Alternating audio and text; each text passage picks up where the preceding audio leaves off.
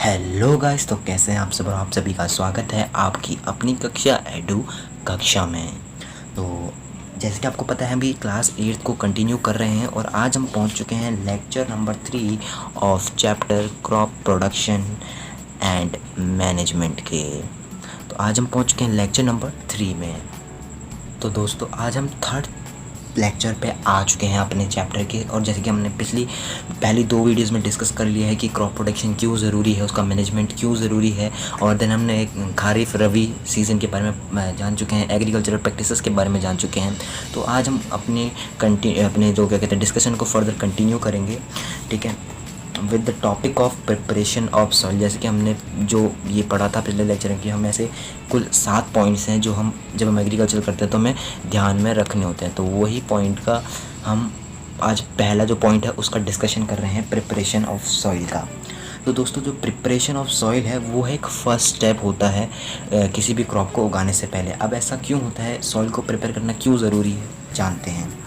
ठीक है, ये जो है एक बहुत ही इम्पोर्टेंट टास्क होता है एग्रीकल्चर में, ठीक है, जिससे कि हम जो सॉइल को है ना लूज़ करते हैं। अब लूज़ करने की भी बहुत सारे इम्पोर्टेंस होती है, वो हमें जानना ज़रूरी है कि क्यों है इम्पोर्टेंट है किसी भी सॉइल को लूज़ करना। देखो क्या होता है, जो लूज़ सॉइल होती है ना, जो लूज़ सॉइल होती है वो अलाउ करती है रूट्स को, जो लूज सॉइल होती है वो अलाउ करती है रूट्स को ब्रीथ करने के लिए ईजीली। अब देखो, जब स्पेस होगा क्या कहते हैं सॉइल में, तो ईजीली उसके अंदर मिनरल्स, एयर जो भी है सब कुछ, ऑक्सीजन वगैरह, कार्बन डाइऑक्साइड सब पास हो जाएगी, तो उसको ब्रीथ करने में ईजी होगा, ठीक है। और ये जो अगर हमारी जो सॉइल जो लूज़ होगी तो वो जो अंदर तक जा सकती है, जो मिनरल्स जो चाहिए वो अंदर तक जा सकते हैं। अगर मान लो एकदम सख्त ज़मीन है तो वहाँ पर उगाना थोड़ा मुश्किल होता है। और इससे जो रूट्स होती हैं वो अंदर तक पेनिट्रेट होती है, मतलब जैसे कि अंदर तक उन सब कुछ न्यूट्रिशन पहुंचता है। पेनिट्रेट मतलब डीप डाउन, अंदर तक सब कुछ, मतलब जो भी यहाँ पर जो सॉइल को चाहिए होता है वो सारी नीड्स उसको नीचे वाली जो लेयर होती है वहाँ तक मिलता है, अगर हम उसको क्या कहते हैं सॉइल को लूज़ करते हैं। अब देखो, लूज़ करने के लिए भी ना बहुत सारे मेथड्स होते हैं जो हम अभी थोड़ी देर में डिस्कस करेंगे। अब इसको करते हैं परे। तो अब जो है क्या बात करते हैं, हम बात करते हैं कि role of earthworms and microbes क्या होते हैं किसी भी सॉइल को लूज़ करने में, क्या रोल होता है इनका, अर्थवॉर्म्स और माइक्रोब्स का। देखो, जो मतलब कोई भी लूज सॉइल है उसमें माइक्रोब्स और अर्थवॉर्म्स का क्या रोल होता है। बेसिकली तो जो सॉइल लूज़ होती है ना वहाँ पर क्या कहते हैं अर्थवॉर्म और microbes, I hope you know that, ये सब क्या होते हैं, ये डिकम्पोजर्स होते हैं जो डिकम्पोज करते हैं, मतलब जो तोड़ते हैं कोई चीज़ है उसको डिकम्पोज करते हैं, ठीक है। ये लूज सॉइल के अंदर प्रेजेंट होते हैं। ये क्या करते हैं, जो हमारे ये जो होते हैं ना, ये क्या कहते हैं फार्मर्स के बहुत दोस्त होते हैं एक तरह से, ठीक है। ये उनकी हेल्प करते हैं फार्मिंग में एक टाइप से, ठीक है, ताकि जो उसकी ग्रोथ हो वो अच्छी हो। अब कैसे, वो भी हम अभी जानते हैं। ये उनके फ्रेंड्स होते हैं और ये मदद करते हैं सॉइल को फर्दर लूज़ करने में और उसमें ह्यूमस मिलाने में। ह्यूमस मतलब जैसे कि उनका जो भी एक्सक्रीशन हो गया वो सब ह्यूमस टाइप का, ठीक है। अब देखो, अब यहाँ पर बात करते हैं, ये हमें दे रखा है पॉइंट, जो सॉइल होता है वो कंटेन करता है मिनरल्स, वो वाटर और एयर और कुछ लिविंग ऑर्गेनिजम्स जो सॉइल के अंदर होती हैं, मौजूद होती हैं। मिनरल्स होते हैं, वाटर होता है, एयर होता है और लिविंग ऑर्गेनिजम्स भी होते हैं कुछ। अब इन एडिशन कुछ डेड प्लांट्स भी होते हैं, कुछ एनिमल्स होते हैं जो डिकम्पोज होते हैं। अब देखो, कुछ डेड प्लांट्स और कुछ डेड एनिमल्स भी मौजूद होते हैं जो कि डिकम्पोज होते हैं इन ऑर्गेनिजम्स की मदद से। ऑर्गेनिजम्स कौन से, हमारे अर्थवॉर्म ऑफ माइक्रोब्स, ये हमारे सॉइल ऑर्गेनिजम्स कहते हैं, ठीक है। ये इनकी मदद से डिकम्पोज होते हैं।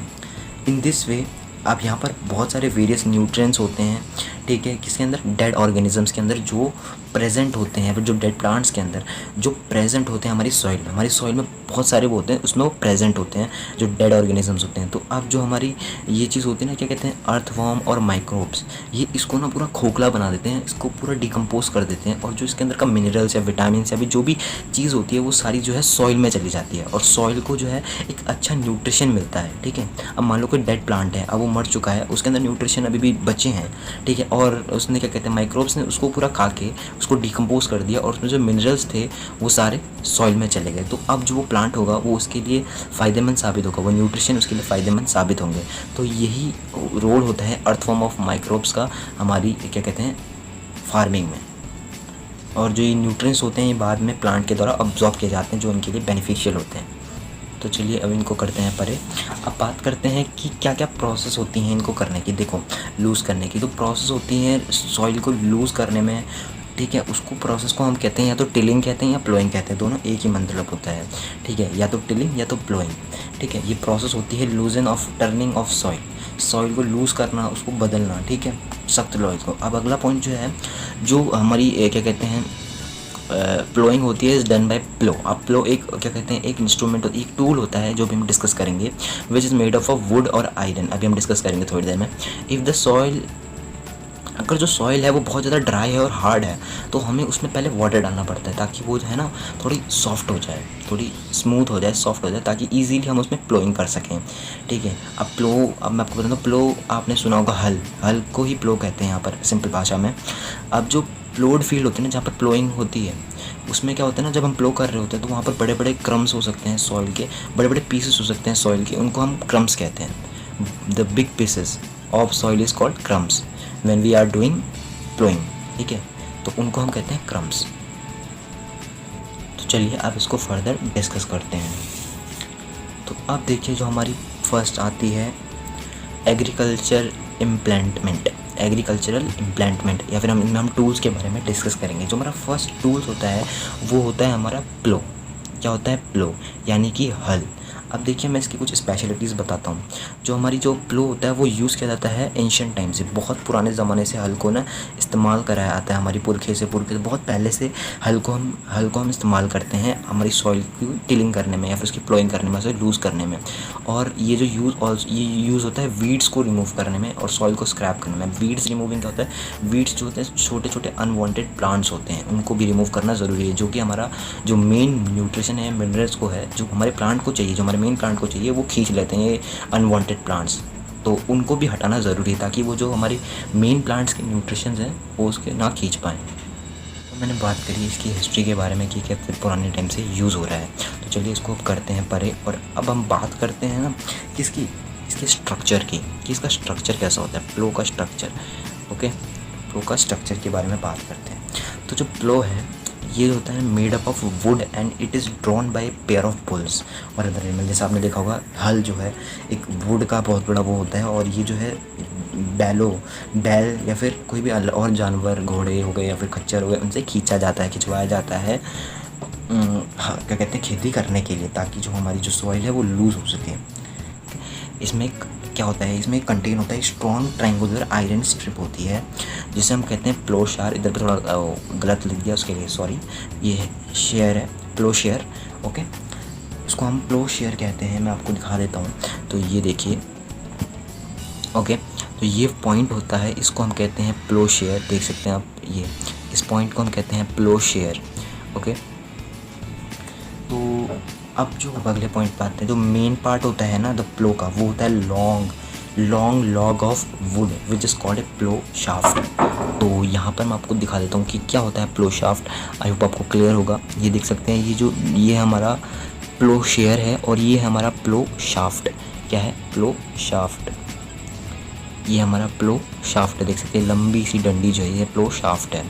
ओके, तो चलिए अब अगले पॉइंट को डिस्कस करते हैं, विच इज़, इस पे जो होता है एंड में एक हैंडल भी होता है। क्या कहते हैं? हैंडल होता है, जैसे आप यहाँ पर देख सकते हैं, जिसकी मदद से जो है कोई भी इसको यूज़ कर सकता है, फिर इसको चला सकता है, ठीक है।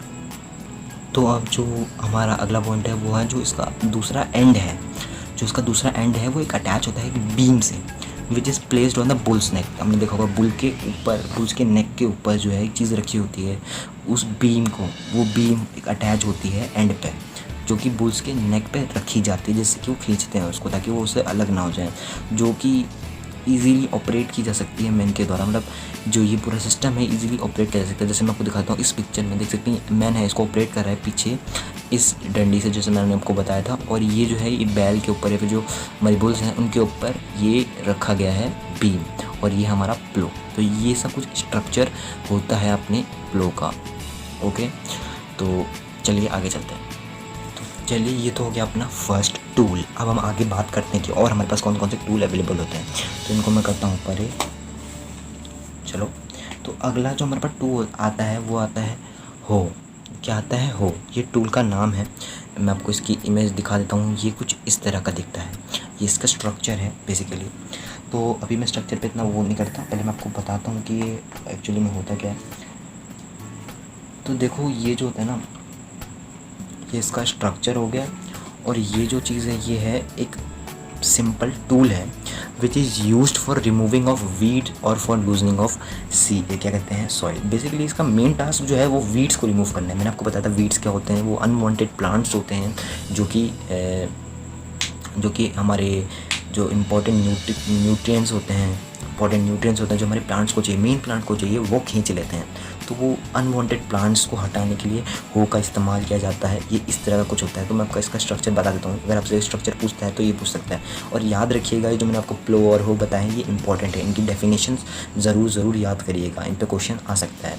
It has a long rod of would और आयरन। देखो, वुड की भी हो सकती है, आयरन की भी हो सकती है, डिपेंड करता है। ठीक है, ये ठीक है कि डिपेंड करता है ये चीज़ पे। ये जो नीचे वाला है ये इसका स्ट्रक्चर है। Okay, this one is the structure.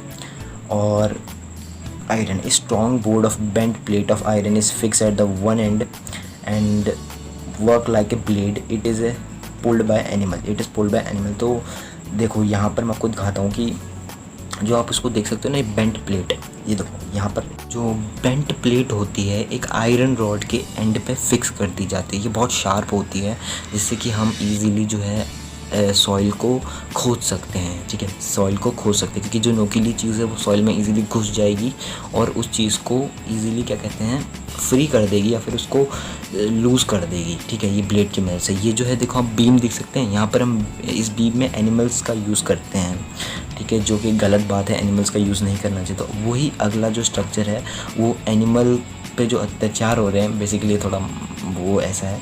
अगर जैसे एनिमल पे जो हम बर्डन डालते हैं इन चीज़ का, तो बहुत गलत इम्पैक्ट पड़ता है एनिमल्स पर। किसी भी के साथ ऐसा नहीं करना चाहिए। तो इसी के लिए जो आज की जनरेशन में है ना, वो कुछ डिफरेंट चीज़ें लाई गई हैं, उसको अभी हम डिस्कस करते हैं। तो इसको करते हैं पहले परे, फिर इसको डिस्कस करते हैं। तो मैंने करा इसको परे। अब बात करते हैं क्या आया हमारे पास नया, जिससे हमारे जो एनिमल्स पे बर्डन होता है, फिर जो भी एनिमल्स पर जो भी हम अत्याचार करते हैं उसके बहाने, क्या कहते हैं, फार्मिंग के बहाने। देखो यार, पहले टेक्नोलॉजी नहीं थी, पर अब टेक्नोलॉजी आ चुकी है। तो अब हमारे पास आ चुके हैं कल्टीवेटर्स, जो कि कुछ इस तरह के दिखते हैं, जो कि ट्रैक्टर के पीछे लगाए जाते हैं। ये देखिए, आपको दिख रहा होगा, जो कि ट्रैक्टर के पीछे लगते हैं। तो जो आज के समय में जो प्लोइंग है वो ट्रैक्टर से की जाती है। तो ये जो होता है, ये यूज़ किया जाता है। ठीक है, ये ऐसे कुछ स्ट्रक्चर होता है, पेन टाइप का स्ट्रक्चर है, कुछ स्ट्रक्चर होता है। आपको मैं दिखाने की बाद में कोशिश करूँगा। देखिए, इस तरह का कुछ स्ट्रक्चर होता है, जो कि ट्रैक्टर के पीछे लगाया जाता है। कुछ सेटअप होता है, और जो ट्रैक्टर जो है उसको खींचता है, तो पूरा जो खेत है वो उसको खींचते हुए ऐसे ले जाता है, और हमारी जितनी मिट्टी है वो लूज़ हो जाती है।